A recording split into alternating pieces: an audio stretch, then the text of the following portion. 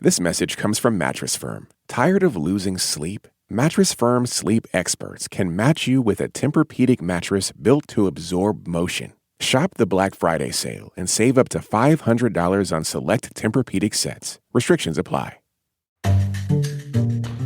I wonder, Raina, how is home buying, or the lack thereof, kind of defined the millennial and upcoming Gen Z generations? God, I think about those like avocado toast columns. Oh, the avocado toast, the lattes. Yes. Set off, this is why millennials don't have any money.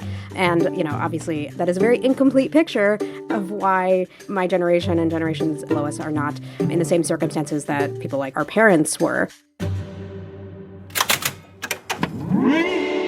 Hello. I'm Brittany Luce, and you're listening to It's Been a Minute from NPR, a show about what's going on in culture and why it doesn't happen by accident.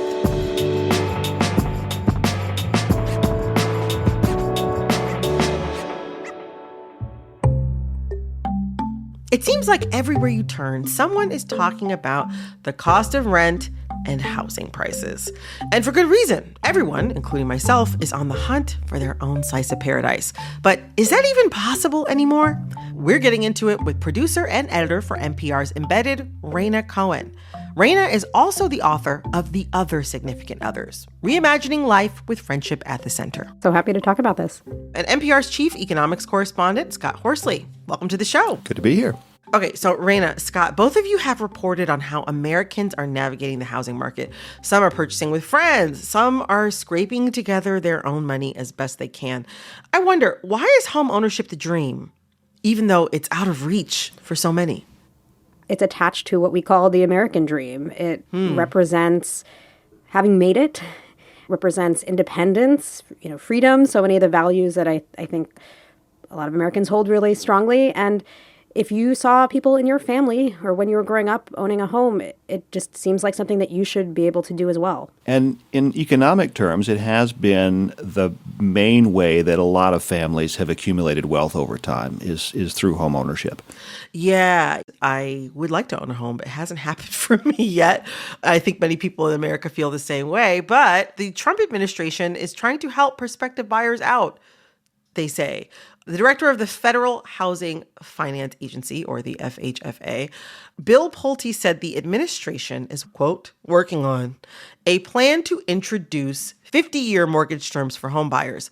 According to Politico and also according to my group chats, the proposal was met with immediate backlash from conservative allies, business leaders, and lawmakers. But still, on some level, the FHFA assumed that many Americans desire homeownership so much that even if it didn't sound like a great idea, they'd still be into the idea.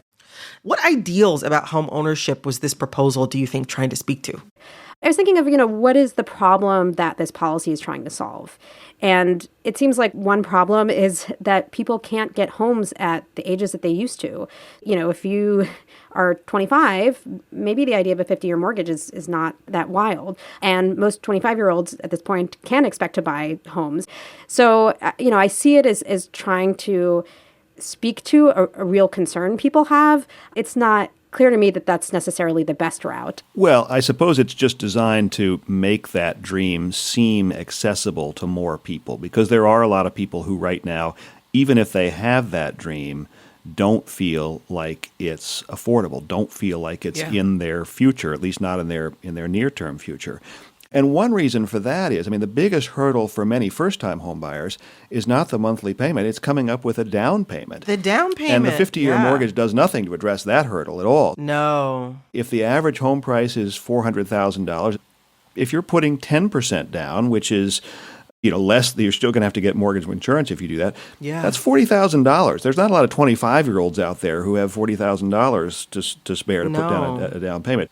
And of course, as rents have gone up and as grocery costs have gone up and the cost of childcare have gone up and all the other necessities out there, that just makes it harder for a young person to save up that nest egg to get into home ownership.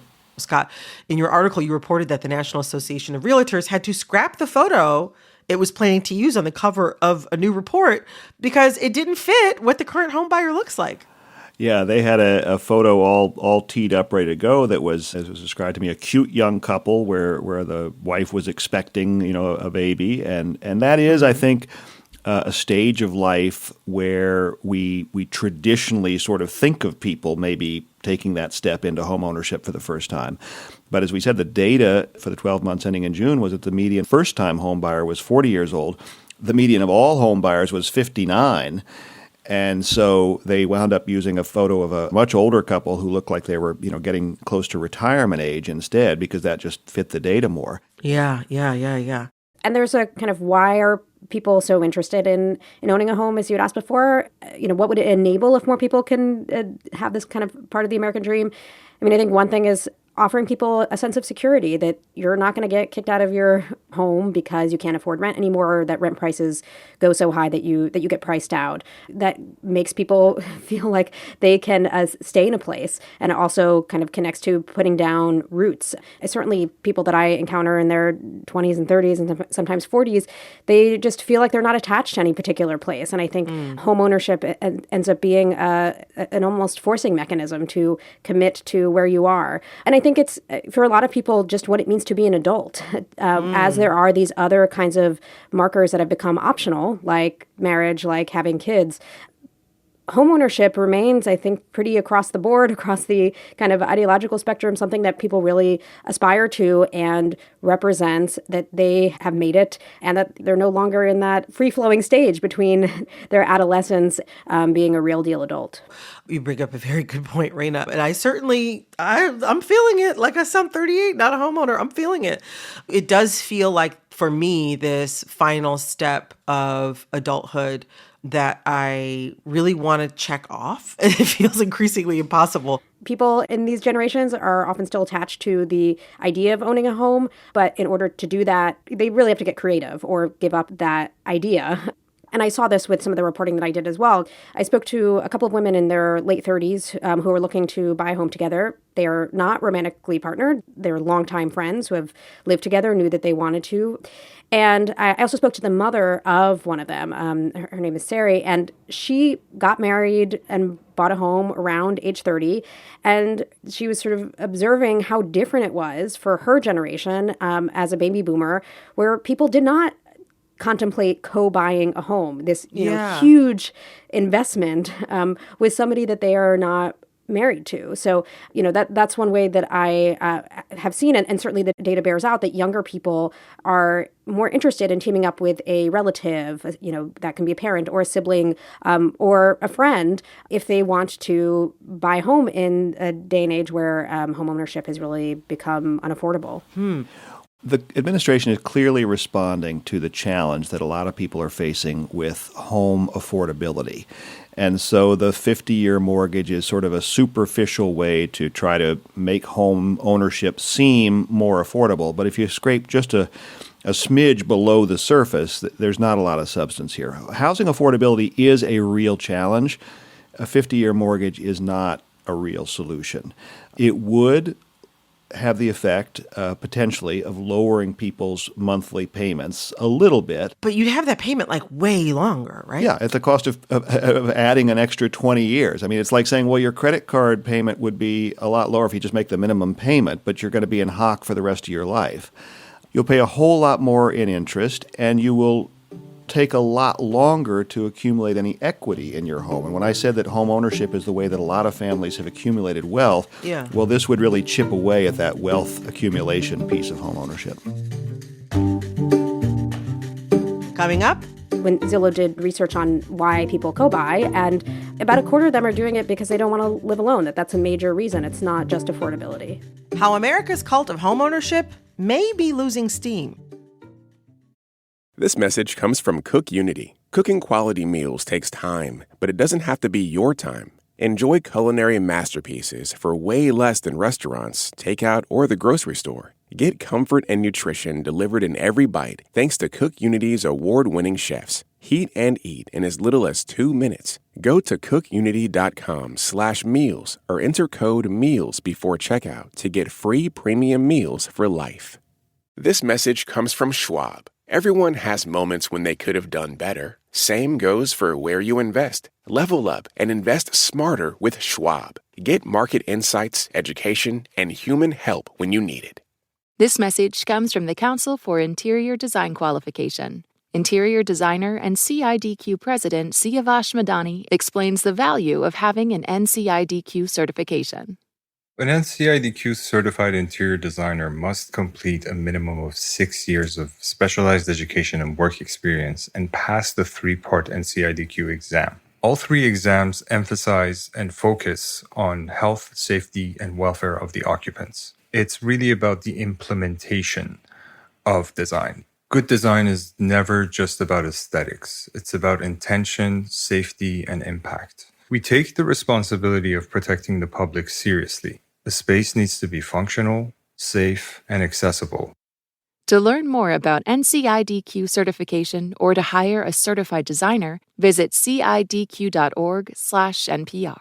This message is sponsored by DSW, the birthplace of the humble brag. Full of all kinds of shoes that get you at prices that get your budget. And when there are never-ending options for every style, mood, occasion, and budget, there is unlimited freedom to play. And that's something to brag about. So go ahead, stock up on fresh sneakers from your favorite brands, or try those boots you always secretly knew you could pull off. Find the shoes that get you at prices that get your budget. DSW, let them surprise you.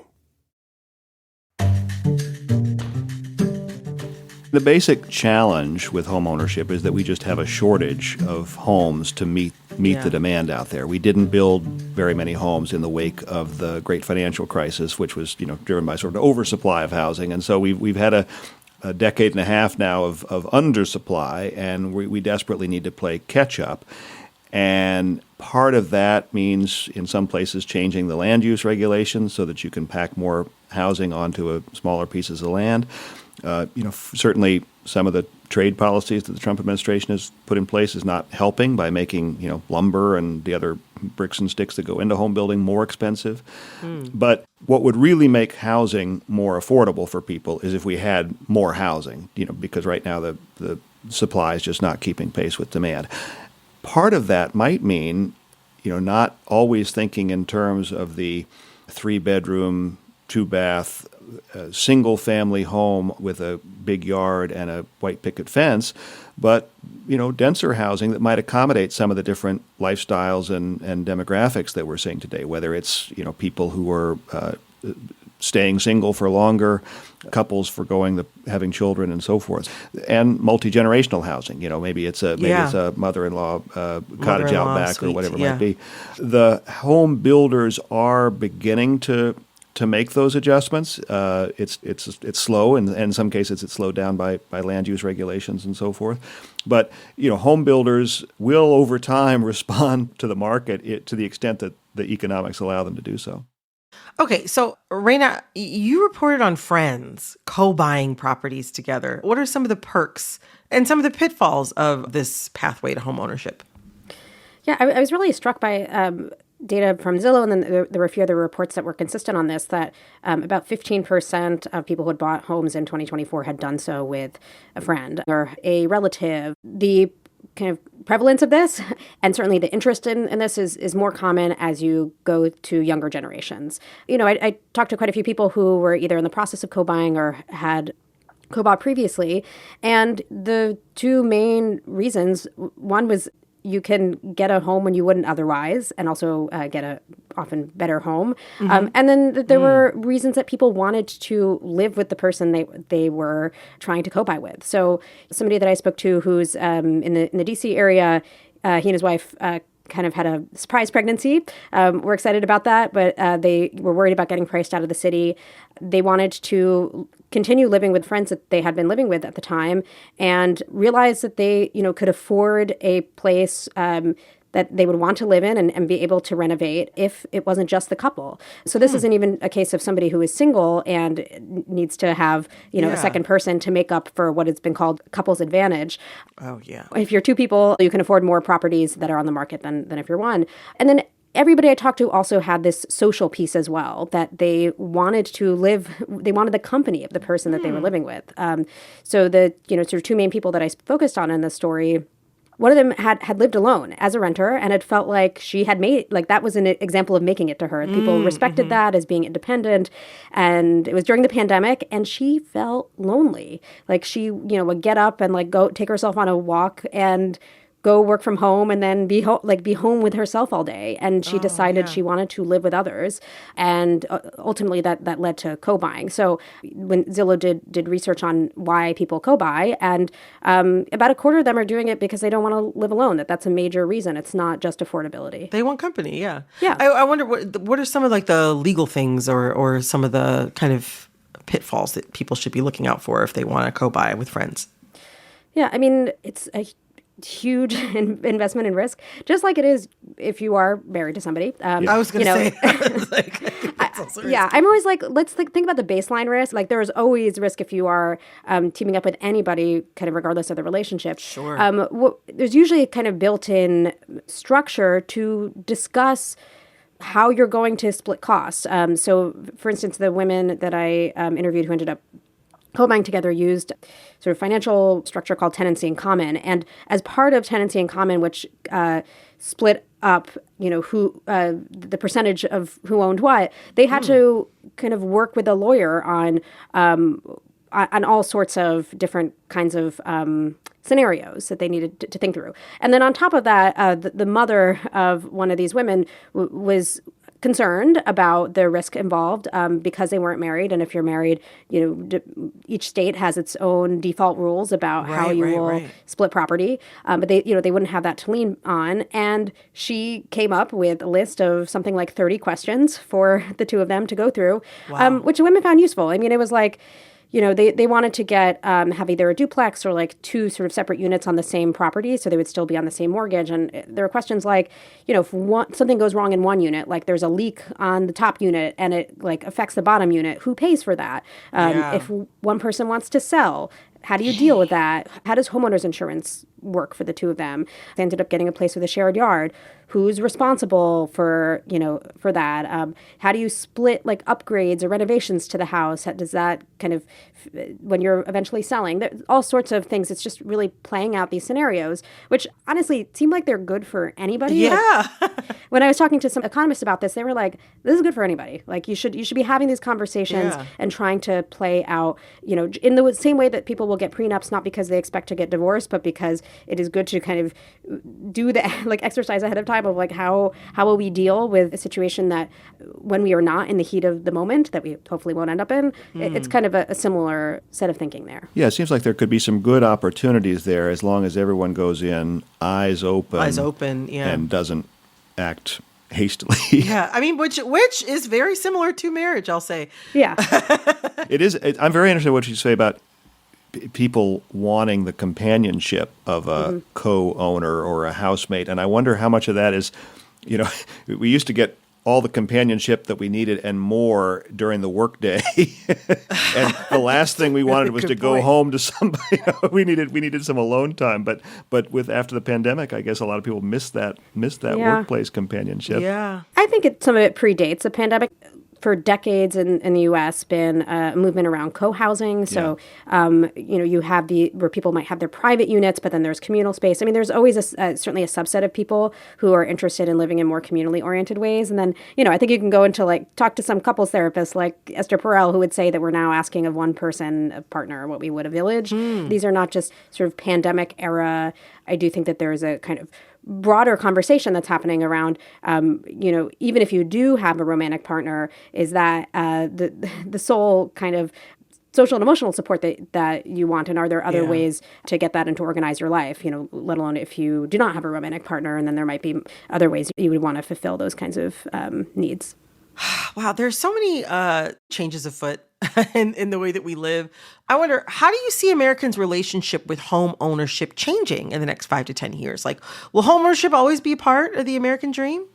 We need to build a housing supply, first of all, a larger housing supply, and then maybe a more flexible housing supply that can address some of those different lifestyle choices that people are making today. I don't think we're going to solve this problem with sort of a financial fig leaf of just stretching out your mortgage payments for an extra 20 years. I mean, one thing I'll just say is that if you go abroad, people do not have the same attachment to owning a home. Classic case would be Germany, where there is a real aversion to any kind of debt. It's not expected that you own a home necessarily, and it's true in a lot of places in Europe. And then there's a question of housing size. Like, what do we even consider a starter home versus in other places? So there's certainly other models we could look to where people see themselves as having arrived at adulthood, but owning a home or a condo is not part of that. Well, oh my gosh. Raina, Scott, I've learned so much in this conversation. Thank you both so much. Thank you. It's been a lot of fun. That was NPR's chief economics correspondent, Scott Horsley, and producer and editor for NPR's Embedded, Raina Cohen. Raina is also the author of The Other Significant Others. So you all know I love hearing from you. And over the past few weeks, some of you have left the sweetest notes for me in the comments and reviews. One of y'all wrote, "This podcast makes me smile, think, and feel grateful for all who make it possible." Me too. Another wrote, "This is my favorite podcast produced by NPR." Me too. Another wrote, "Thanks for enriching my life." You guys, I'm blushing. And if any of those comments resonate with you, I would love, love, love it if you rated and reviewed this show wherever you're listening. It helps other people find the show, and that means this community we're building will get even bigger. So join the team. Rate and review this show right now. And thank you. This episode of It's Been a Minute was produced by Alexis Williams. This episode was edited by Nina Patak. Our supervising producer is Barton Girdwood. Our executive producer is Verilyn Williams. Our VP of programming is Yolanda Sanguini. All right, that's all for this episode of It's Been a Minute from NPR. I'm Brittany Luce. Talk soon.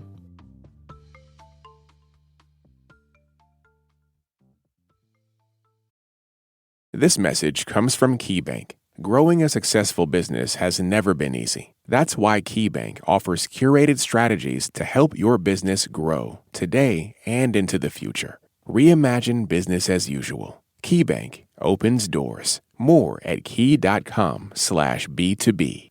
This message comes from Solidigm. Yesterday's approach to storage can't meet the demands of today's AI ambitions. Bigger, faster, and more energy efficient, Solidigm solid-state storage solutions are optimized for AI. Learn more at storageforai.com. This message comes from Indiana University, whose industry partnerships go beyond business as usual. Working side by side, they're fueling economic growth that creates jobs and supports entrepreneurs and small businesses. More at iu.edu/impact.